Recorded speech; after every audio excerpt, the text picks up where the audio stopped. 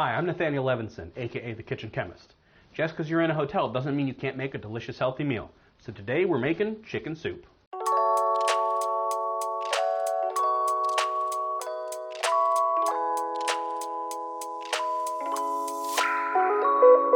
So the first thing we're going to do is we're going to prep our vegetables. So you'll see I've got onion, celery, and carrots. We'll start with the celery because it's the easiest, and as we prepare things, we're just going to throw it right into the pot. So the celery, you can rinse off in the sink or in the tub. We're just going to wipe it down, make sure there's no flecks of dirt on it. Give it a quick wipe. And then we're just going to cut it into rough chunks. So we're going to take off this base to the part where it turns from white to green. We're just going to cut off that base. And that's no good to us. We're just going to throw that out. And then we're just going to roughly chop this. Always keep your fingers out of the way when you're cutting. If you need to stop and clear off your space, that's fine. So we'll stop here, dump it all in our bowl.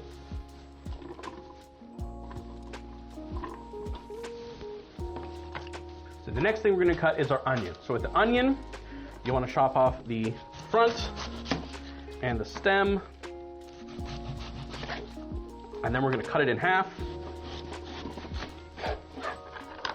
Stems we're going to throw away. And then we're going to peel off the outer layer so that you have no papery skin on it.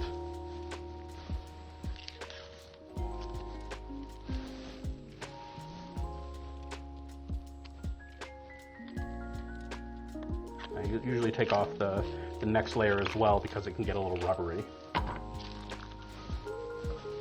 Then we're just going to simply cut it across the axis. So the top, the root, we're going to cut along that axis to get some nice long pieces of onion. If you want them smaller, you can cut them smaller, or you can just leave onion out if you don't like onion.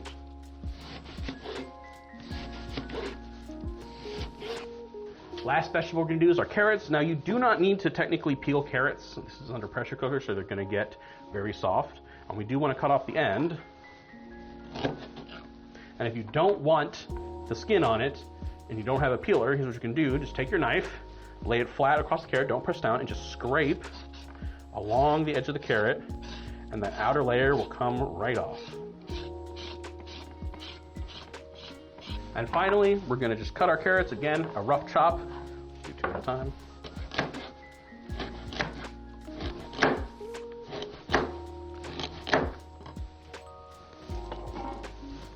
And finally, we're going to be cutting our chicken. I'm just going to cut it into rough cubes. The size doesn't really matter. Obviously, you want just bite-sized pieces. And remember, this is the last thing we do, because after we handle the raw chicken, we're going to clean our knife, we're going to clean our cutting board, and we're going to wash our hands.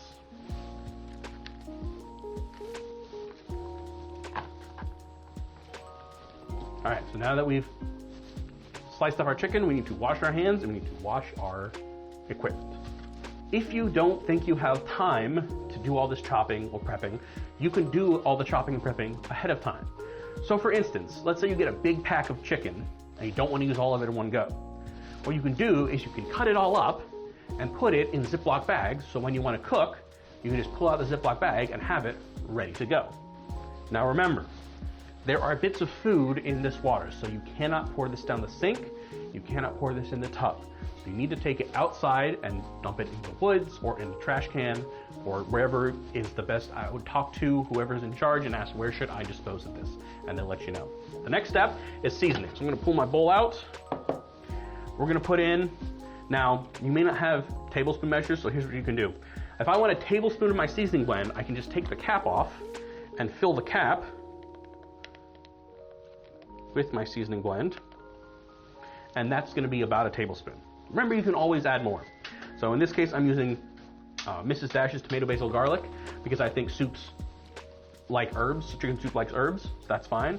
I'm going to use about a teaspoon of black pepper, so you just take your palm and do a small mound, that's about a teaspoon. Again, this is seasoned to your taste, you can always add more. And I'm going to do about the same amount of salt. This is salt that has herbs in it, but you can use normal salt. You can do about a teaspoon, dump that in, and after we're done cooking, taste it, and we'll see if we need to add more. But this is ready to go, so all we need to do is fill water just enough to cover the ingredients, and then we'll set it to cook.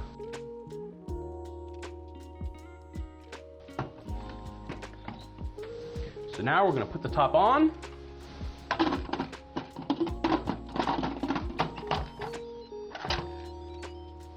And we're going to set it to pressure cook on high pressure for 15 minutes.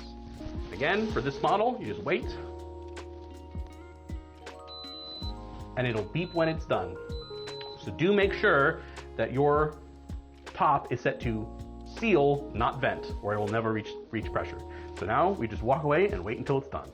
All right, so now that our Instant Pot has beeped to let us know it's done, we are ready to vent. Now this is the part where you need to be careful, right? As soon as I pull this thing, hot steam is gonna come out. We can see that the metal pin is up, indicating that the contents are under pressure. We can't open it, so don't try. So what we're gonna do is we're gonna make sure that it's aimed away from anything, and we're just gonna pull the pin down and it'll start venting very loudly.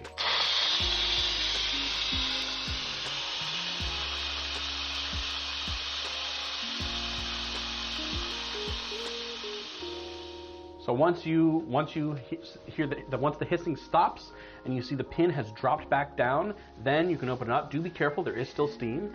We'll turn it, open it back up. You can look in at our delicious looking chicken soup. Give it a stir. Look at that, that looks gorgeous. So now, before we serve it, we're gonna wanna taste it, make sure the seasoning is where we want it to be. Spoon, in, very hot, so do be careful. And there we go. So when it's ready, all you gotta do is serve it. Now, if you have a ladle, if you get a ladle, that'll make serving soup a little bit easier, but if you don't have a ladle, you can either use your spoon or you can just carefully dip your bowl into the pot and then just wipe the sides down. And there we have our chicken soup.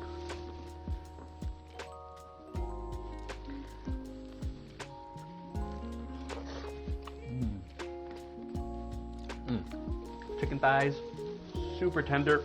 The vegetables, nice and soft. I like carrots. Just add some natural sweetness to the dish. It's really nice, really good flavor. The seasoning is spot on. It's just a really delicious bowl of soup. And what's beautiful about this is you can put almost any vegetable in here and it'll be just as good. And if you want chicken noodle soup, throw some noodles in there, let them soak up the broth, and that'll also be good.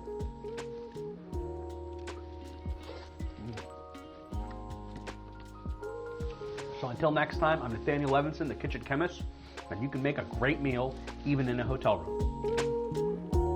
So if you would like some more information, you can go to healthyhotelcooking.com. We've got videos, we've got tips, we've got recipes. All the information you need is right there. That's healthyhotelcooking.com.